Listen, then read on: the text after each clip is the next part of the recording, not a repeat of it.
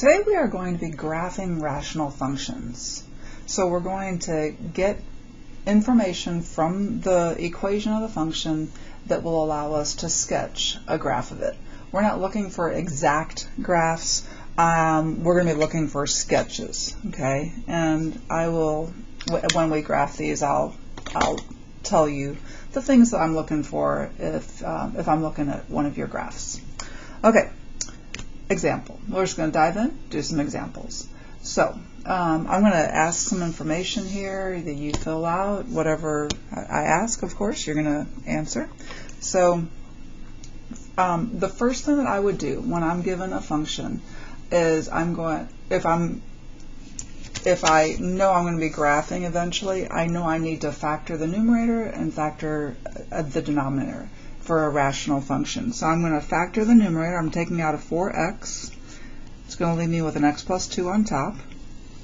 In the denominator, this factors into x minus 5, x plus 2. Immediately I see that I have a common factor on top and bottom. And when I have a common factor on top and bottom, that produces a hole. There's going to be a hole in the graph when x is whatever makes this 0. So negative 2 would make that 0. So when x is negative 2, I have a hole. To find out the y value, I put negative 2 into the remaining x's. So that would give me a negative 8 over a negative 7, so 8 over 7. All right? So the y value would be negative 8 over negative 7, which is 8 over 7. I do want, since it's pre-calculus, I want you to know that that is the limit as x approaches negative 2 of the function. As x approaches negative 2, right at negative 2, I know there's a hole. But as x is approaching negative 2, the y value is going to be 8 over 7, okay, as x approaches negative 2. All right, so, alrighty, so that's a hole. Alrighty, I still have this x minus 5 in the denominator though. That is not a hole. That will give me a vertical asymptote. That gives me a vertical asymptote when x equals 5.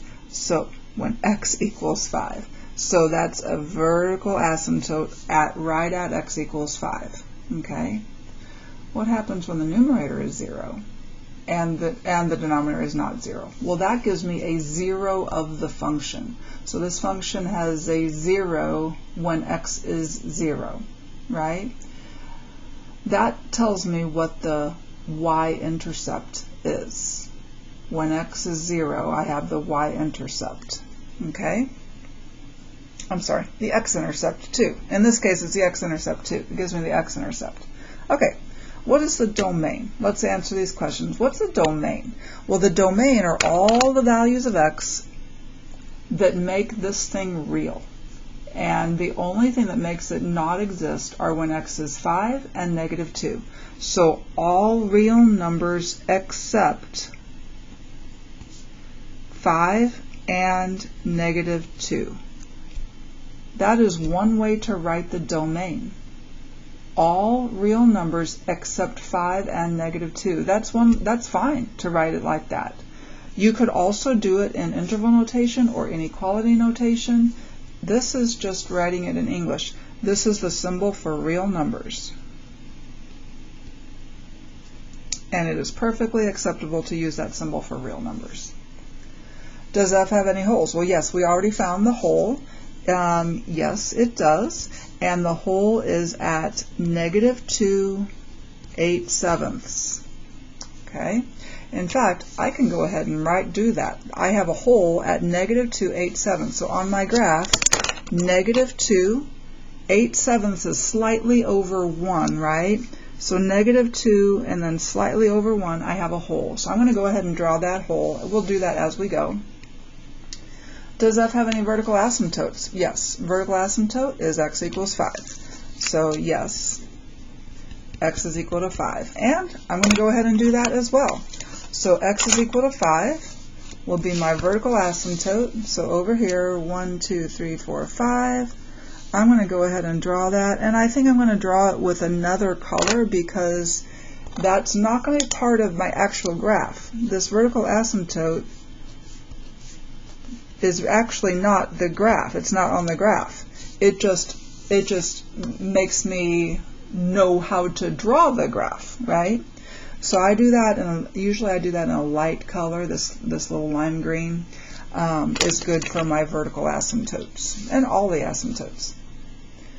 Okay, does f have any horizontal asymptotes? Horizontal asymptotes.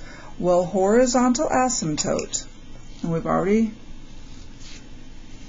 talked about this. A horizontal asymptote is, if I want horizontal asymptote, I want to find the limit as x goes to infinity of the function and x goes to negative. You can have two horizontal asymptotes. So also the limit as x goes to negative infinity.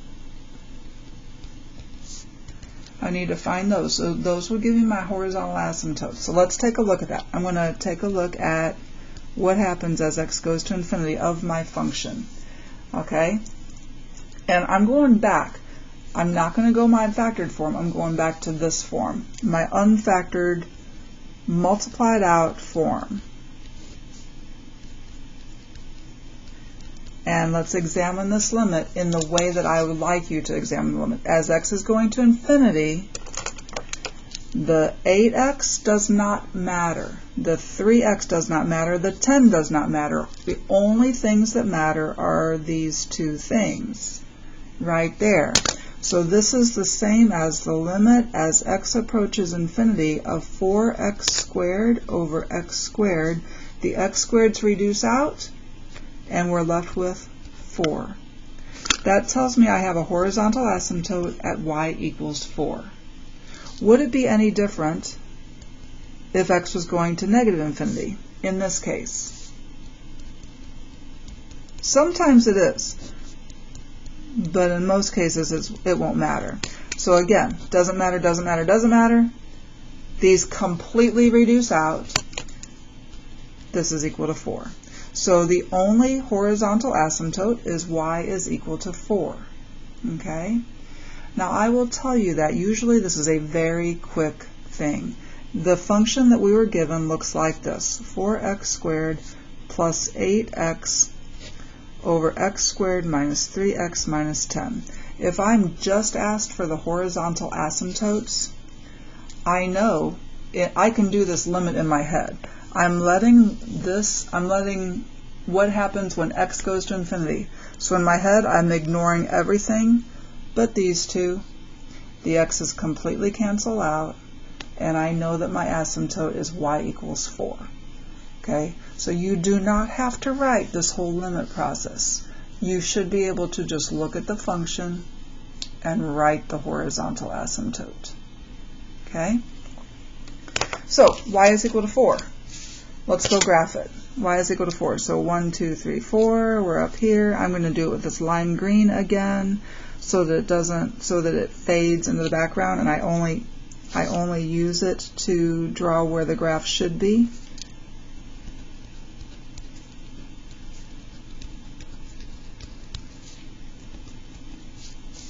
Okay. Notice that I always extend everything off of the graph. Okay, you always want to make sure you go at least through the edges of the graph, but if you want to go over, perfect. All right, back to our info. Does the graph of f have any slant asymptotes? If so, what are they? Well, if your function is rational, and you have a slant asymptote, well, I will say this, and factorable. If you have a slant asymptote, if you have a horizontal asymptote, then you're not going to have a slant asymptote. Let me write that. I'm going to say no here, and then in parentheses, horizontal asymptote. It trumps it. Because if it has a slant asymptote, when we take this limit, we would get infinity. Okay? Our limit would be going to infinity, or negative infinity. So, if you do have a horizontal asymptote, you're not going to have a slant asymptote. Okay, so no slants. What is the y-intercept? The y-intercept is when x is 0. The y-intercept is when x is 0. So go to your f function, f of x. I don't know why I'm doing this in pink. Let me go back to my green. Go back to your function. And you do not have to rewrite it. I'm rewriting it because I can't see. I want you to be able to see it up here. So I want to find f of 0 because the y-intercept is when x is 0. The y-intercept is when x is 0, right? So I'm putting 0 in for x. 0 in for x gives me a 0 on top, a negative 10 on the bottom. That is 0. So the y-intercept is 0, 0. 0, 0. Let's go do it. What are the x-intercepts? There will always only be one y-intercept, but you can have more than one x-intercept. Well, the x-intercepts occur when y is 0. Okay? So here's my function. I'm letting y be 0, so I'm taking my function, and this is where I would use my factored form. I don't know why I'm writing it like this, but I'm going to set this equal to 0. Set it equal to 0. Okay? My factored form looked like this.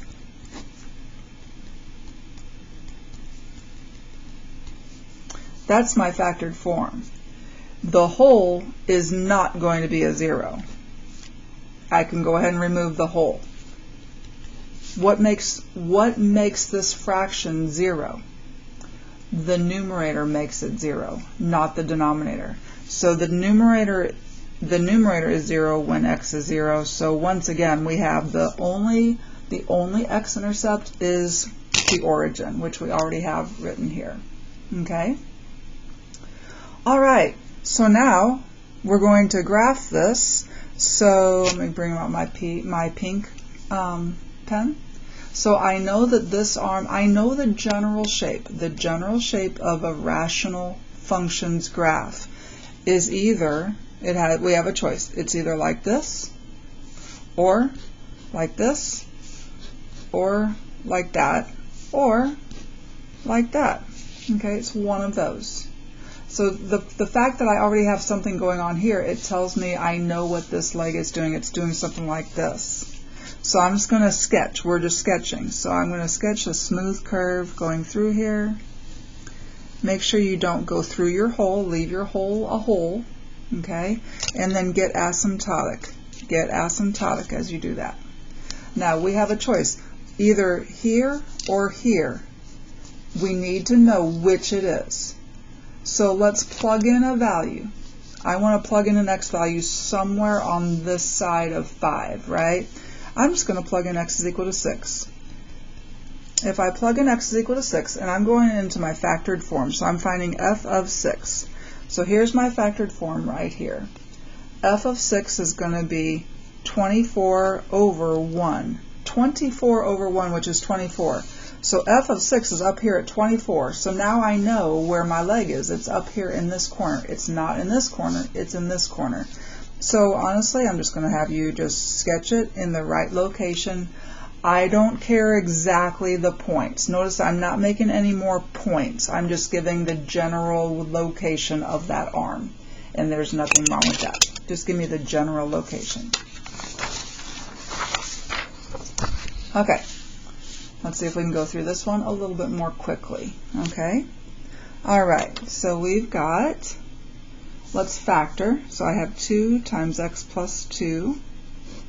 And I have x minus 3, x plus 2. Once again, we have a whole when x is negative 2, right? So what is the y value of the whole? The y value will be the remaining where x is negative 2. So 2 divided by negative 2 minus 3, that's 2 over negative 5, or negative 2 over 5. Okay? Negative 2 over 5. So negative 2, let's come and graph that. Negative 2 on the x, negative 2/5 on y. This would be just below the x-axis. Okay? There's our whole. The remaining denominator makes your vertical asymptote. Vertical asymptote, x is equal to 3. Let's go do that. X is equal to 3. Get my green here again.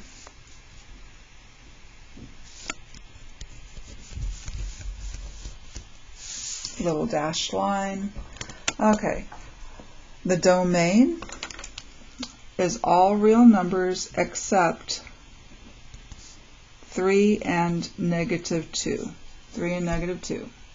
Wholes. The whole is negative 2, negative 2/5. Vertical asymptote was x is equal to 3. Horizontal asymptote. Horizontal asymptote.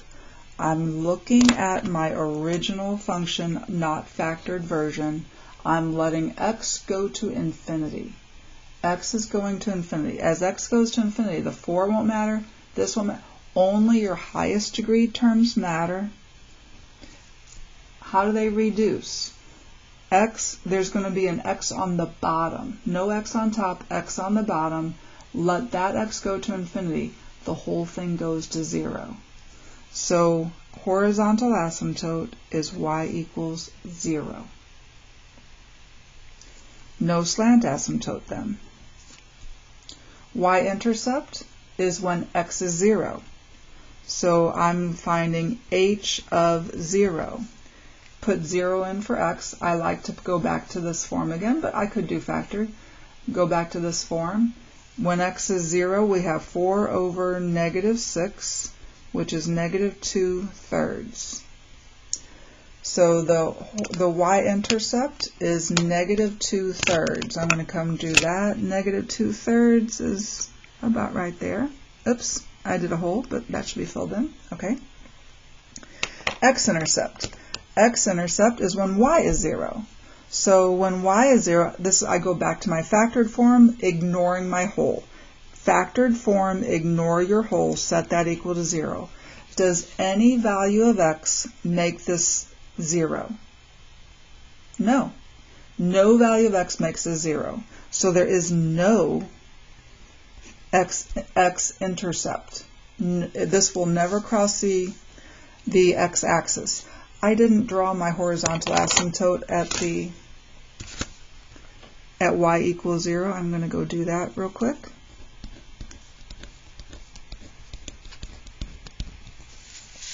Now I know why this rational function never crossed the x-axis. And I'm going to draw this smooth, as smooth as you can. Again, I'm looking for a sketch, okay? On this side, I need to know which corner it goes in. I need to know which corner it goes in, so I'm going to just find another value of x, so of the function. Let's put in 4 for x. If I put in 4 for x, again, I can ignore the whole. Put in 4 for x, and I have 2 over 1. 2 over 1 is 2. So when I put 4 in for x, I'm up here at 2 right there. So now I know it's up here. And it does something like that. Quick sketch. Next up, let's factor. So we're going to have x minus 5, x plus 4, over x minus 4, x minus 1. Make sure, FOIL it back out, make sure you did it right. Are there any holes? No holes. No holes, but two vertical asymptotes. So no holes. The domain, all real numbers except X is equal to 4 and 1. Okay, holes, none. Vertical asymptotes, X equals 4, X equals 1. Horizontal asymptotes. Horizontal asymptote, I go back to this. Let X go to infinity, so we're ignoring these two. The X's reduce out to 1. Horizontal asymptote, Y equals 1. So I'm going to come do all of my asymptotes. Vertical at 4 and 1.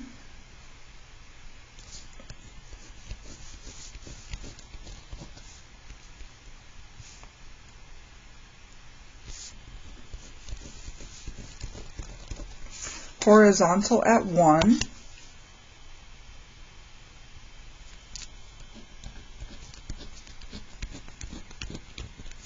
Okay. No slant because we have a horizontal. Y-intercept of f is when x is 0. So f of 0 is, I like to go back to this one because it's easy to put in 0 for x, negative 20 over 4, which is negative 5. So the y-intercept is down at negative 5. 1, 2, 3, 4, 5. Okay, x-intercept. The x-intercepts are when y is 0. Okay, when y is 0, I like to go to my factored form and set that equal to 0. If this is equal to 0, only the numerator is 0, so x is equal to 5 and negative 4. Two x-intercepts. One is out here at 5 and one is at negative 4. 1, 2, 3, 4. Okay, so that's all the information that we need to sketch this graph. I'm going to do a little sketch here. I know that is true. And I have my asymptotes. I know this one's going to go like this. My question is, what in the world is happening in between here? Is there anything in between there? Probably. Let's find out what f of 2 is. Let's find f of 2. Come up here. F of 2. F of 2 is, let's see, I think I'm just going to go to my factored form this time. Negative 3 times 6 over negative 2 times 1. This reduces. And we have negative 3 over negative 1, which is 3. So f of 2 is 3. F of 2 is 3. Is that right? Did I do that right? I don't think I did that right. Hang on. F of 2, negative 3 times 6, negative 2 times 1. I think I did that right. I must have done it wrong in my notes. I'll have to fix that in my completed notes. Okay. What about f of 3? F of 3 would be negative 2 times 7 divided by negative 1 times 2, and that would be a positive 7. So f of 3 is 7. 1, 2, 3, 4, 5, 6, 7. So it's looking like, gosh, I really feel like I did. Oh, I know what I did wrong. I never multiplied the 3's together. That would be a 9. Oh, good. Good, good, good. So it's up here at 9. So this is not here. 3 times 3 is 9. Good. Okay. All right, so this is looking like it does something weird and does that. That's what it's looking like to me. Okay? All righty. Let's do another one. You know where we're going. We're going to slant asymptote. So let's focus on a slant asymptote problem. How do you find slant asymptotes? All right. So a slant asymptote will occur. This will occur when the degree of the top, the degree of the numerator, is greater than the degree of the denominator. Okay, the degree of the top is bigger than the, can't see that. The degree of the top is bigger than the degree of the bottom. Okay, that's when you get a slant asymptote, because if you take the limit as x goes to infinity or negative infinity, you're going to get infinity or negative infinity. So as x goes to infinity, you get x cubed over x squared. There's an x left on top. You're going to have the limit as x goes to infinity of x, which is infinity. Slant asymptote. All right? So how do you find out what the slant asymptote is? I know there is one. I need to know what is it. So I'm going to begin by factoring because we don't want any holes. All right? I'm going to make sure there's no hole involved. Does the top factor? The denominator factors into x plus 2, x minus 2. My question is, does the numerator factor into either one of these? Okay, I'm going to come off to the side. Okay, I'm going to come off to the side and do a little synthetic division to see if it factors. If negative 2 is a factor, I should get a 0 here. Do I? Bring down your 1, multiply and add, multiply and add, multiply and add. We do not get 0. So negative 2 is not a factor. Is positive 2? Is x minus 2 a factor? I'm going to do the same thing with a positive 2. Bring down 1, multiply, add, multiply, add, multiply, and add, and I do get a factor. That means that x minus 2 is a factor, and I'm left with x squared plus 2x plus 3. Does this factor any further? No, it does not. That does not factor any further. So I do have a hole. I have a hole, and I can remove the hole to find the slant asymptote. Now I'm dividing x plus 2 into x squared plus 2x plus 3. Okay? That's going to give me my slant asymptote. So since I'm dividing these two, I can, and since I have a linear term on the bottom, I can use my synthetic division. So I am dividing x plus 2 into that. Synthetic division. So bring down your 1, multiply, add, multiply, and add. Okay? I'm sorry, multiply and add. Okay? This is the remainder, true? In a slant asymptote, the remainder is not a part of the slant asymptote equation.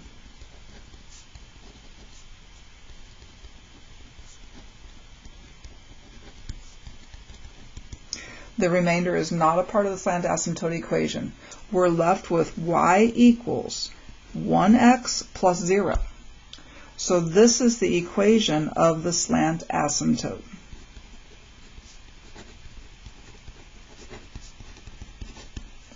Okay? Y equals x. By the way, if you had divided this into this and used long division, you would have gotten the same thing. Exact same answer. Alrighty? So either way, I guess by saying that, I'm saying that I didn't really have to go and do this. I would have gotten the same answer had I just done it this way. Alrighty? Anyway, okay, probably should have just done that. Okay, let's find the equation of the end behavior of this thing. Okay, well, in this thing, it's factored for me. Since it's factored for me, I am going to reduce out my whole, because if I'm looking for end behavior, that means I'm looking for what is the equation of the end behavior that is the equation of the slant asymptote. It's the equation of either the horizontal asymptote or the slant asymptote. In this case, it's slant because the degree of the top is bigger than the degree of the bottom. What is the degree of the top? 4. The degree of the top is 4. The degree of the bottom is 2. So I know I'm going to have a slant asymptote, and I know it's going to be a quadratic because I'm dividing a fourth degree by a square. So a fourth degree by a second degree, I know my equation of the slant asymptote is going to have an x squared in it. Here, the degrees differed by 1, so I knew I was going to have a linear equation of the slant asymptote.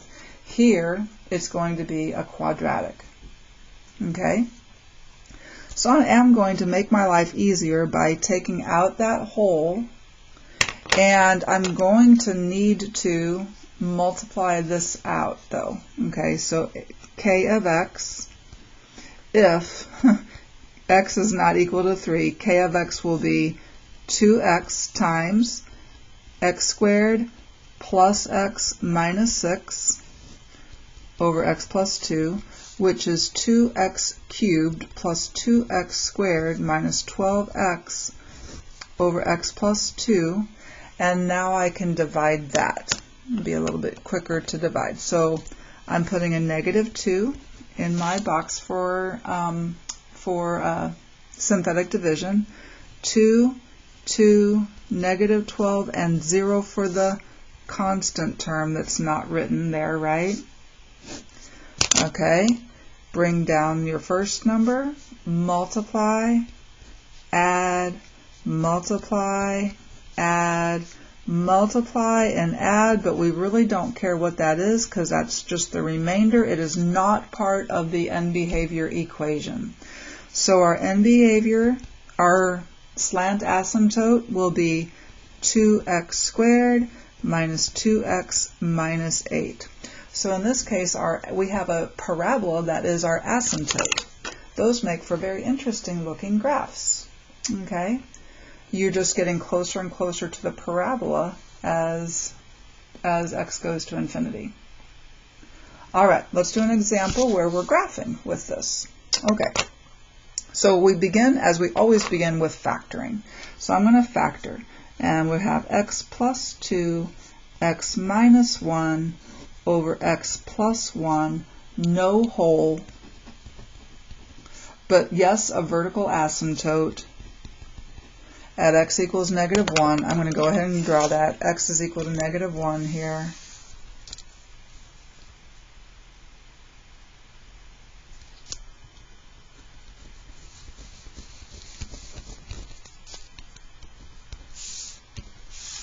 Okay.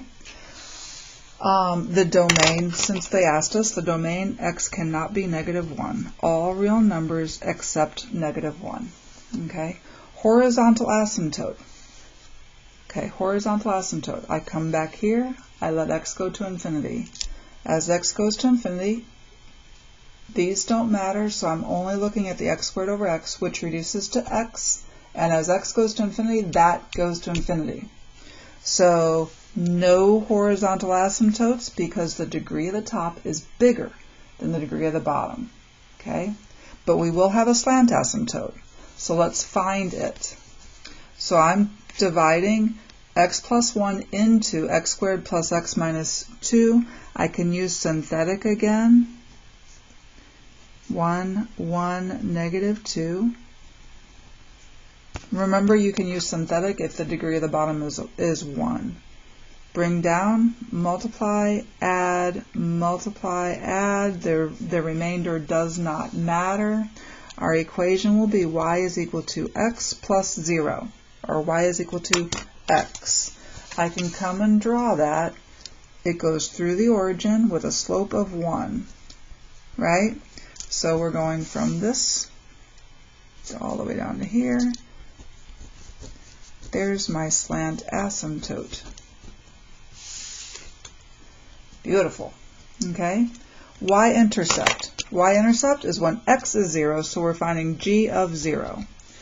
You can either go to this or this, either one. I always like to go here because it's easy to put in 0 for x right there. Negative 2 over 1 is negative 2. So the y-intercept is negative 2. Come get my pink. X-intercepts is when y is 0. When y is 0. So I go to my factored form here. My factored form, and I set it equal to 0. That is when the numerator is 0. So x is negative 2 and 1. Negative 2 and 1. Negative 2 and 1. So using my asymptotes,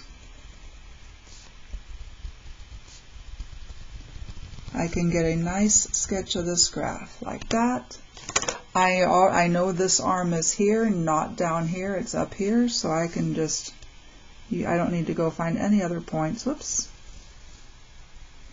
Just be sure that you're getting closer and closer and closer to these asymptotes. And there's a graph of that one. And that is graphing rational functions.